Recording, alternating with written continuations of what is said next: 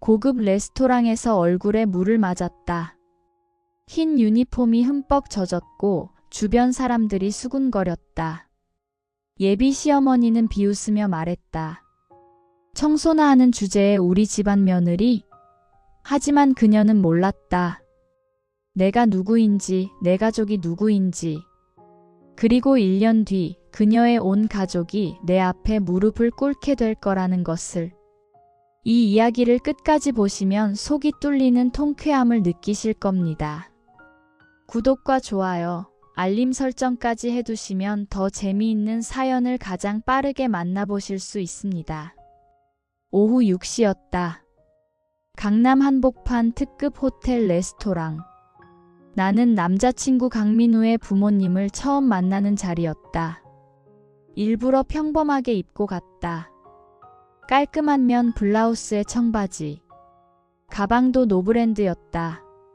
화장도 최소한으로 했다.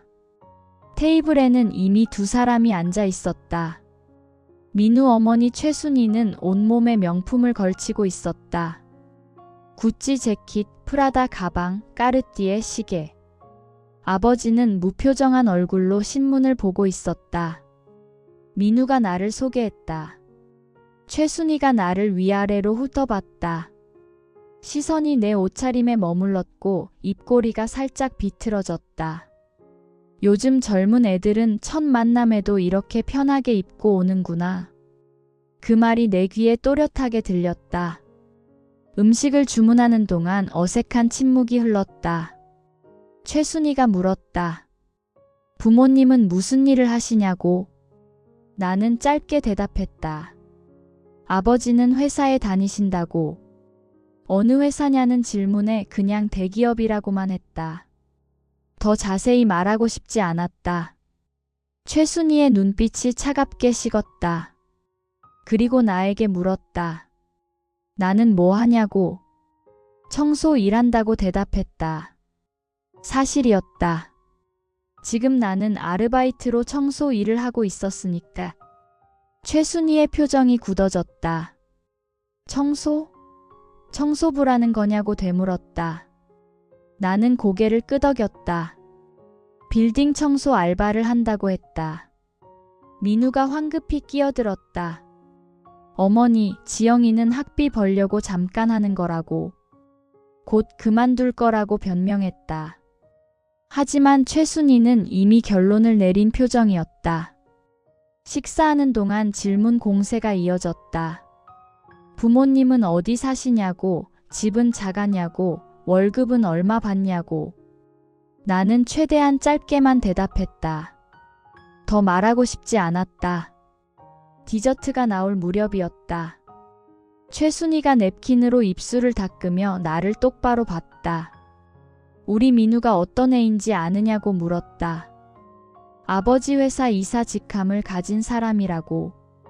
곧 임원이 될 사람이라고 자랑했다. 그런 사람이랑 결혼하려면 집안 수준도 맞아야 하는 거 아니냐고. 청소부가 우리 집안 며느리가 될 수 있을 것 같으냐고. 주변 테이블 손님들이 이쪽을 쳐다봤다.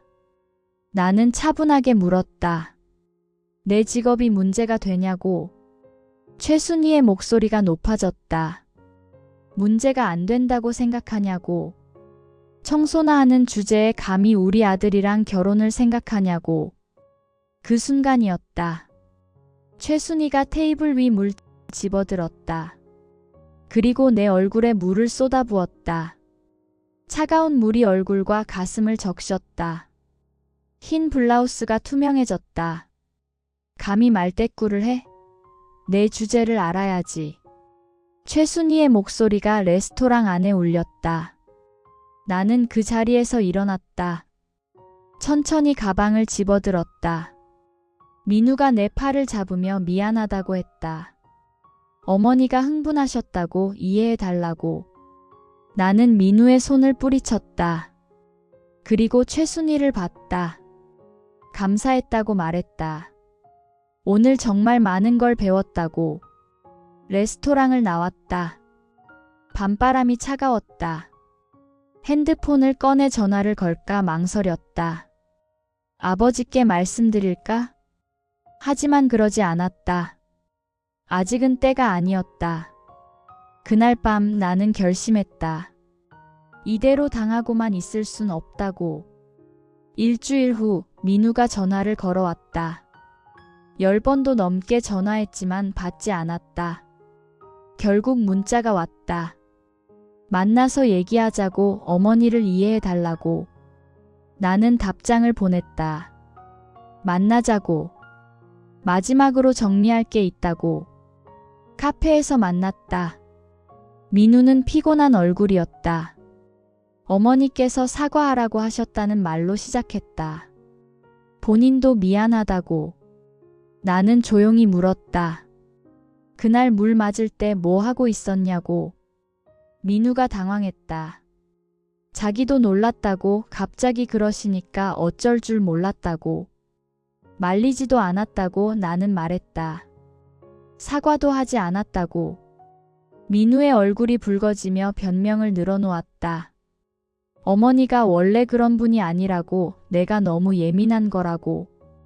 그 순간 깨달았다. 이 사람도 어머니와 다를 바 없다고. 가방에서 봉투를 꺼내 건넸다. 그동안 함께 쓴 돈 영수증이었다. 정확히 계산했다. 민우가 황당하다는 표정으로 물었다. 돈 달라는 거냐고. 정리하고 싶다고 대답했다. 깔끔하게. 민우가 비웃었다. 청소부 주제에 자존심은 있다고. 솔직히 자기랑 사귀는 것도 과분한 거 아니냐고. 일어섰다. 이제 알겠다고 말했다. 카페를 나오며 핸드폰을 꺼냈다. 비서실에 전화를 걸었다. 김 비서가 받았다. 이제 시작하자고 말했다. 한 달이 지났다. 강민우의 아버지가 운영하는 회사는 중견 건설 회사였다. 직원 100명 규모. 주거래 은행은 한신은행이었다. 어느 날 갑자기 은행에서 연락이 왔다. 대출 재심사를 하겠다고. 회사 신용등급을 재평가하겠다고. 민우 아버지는 당황했다. 10년 넘게 거래했는데 왜 갑자기 재심사냐고 항의했다. 은행 지점장은 본점 지시라고만 했다. 더 이상 설명하지 않았다. 일주일 후 주요 건설 프로젝트 입찰에서 탈락했다. 이상했다. 분명 최저가로 넣었는데 심사에서 떨어졌다. 또 일주일 후 대형 거래처 3곳이 계약을 해지했다. 이유도 제대로 말하지 않았다. 그냥 회사 방침이 바뀌었다고만 했다. 민우 아버지가 거래처 사장에게 전화를 걸었다. 무슨 일이냐고, 왜 갑자기 이러냐고. 상대방이 조심스럽게 말했다. 금융권에서 신호가 왔다고. 강씨 회사랑은 거래하지 말라는 분위기라고. 석 달이 지났다. 회사는 위기에 빠졌다. 은행 대출은 회수 수순에 들어갔고 거래처는 절반이 끊겼다. 최순희는 명품 가방을 팔기 시작했다. 에르메스, 샤넬, 루이비통. 중고시장에 내놓았지만 반값도 안 됐다. 민우는 직장에서 잘렸다. 아버지 회사가 무너지니 같이 묻어간 것이었다. 어느 날 저녁 민우가 인터넷 검색을 하다가 발견했다. 재벌그룹 회장의 외동딸 현장 연수 중. 기사 사진 속에 내가 있었다. 청소 유니폼을 입고 빌딩을 청소하는 모습. 기사 제목은 이랬다. 세진그룹 박지영 후계자 현장 체험 중. 민우의 손이 떨렸다. 더 검색했다. 박지영. 세진그룹 회장의 무남 동료. 하버드 경영학 석사. 현재 그룹 경영 수업 중. 청소부가 아니었다. 재벌 후계자였다. 민우가 부모에게 보여줬다. 최순희가 핸드폰을 보더니 얼굴이 하얗게 질렸다. 자기가 물을 끼얹었던 여자가 재벌이었다. 청소부 주제라고 무시했던 여자가. 일주일 후 최순희가 나를 찾아왔다.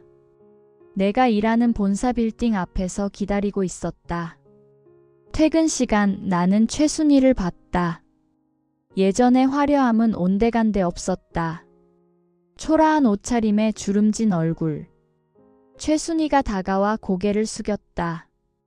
잠깐 시간을 달라고 할 말이 있다고. 근처 카페로 갔다. 최순희가 먼저 입을 열었다. 다 알게 됐다고.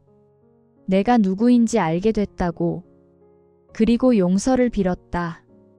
자기가 정말 잘못했다고.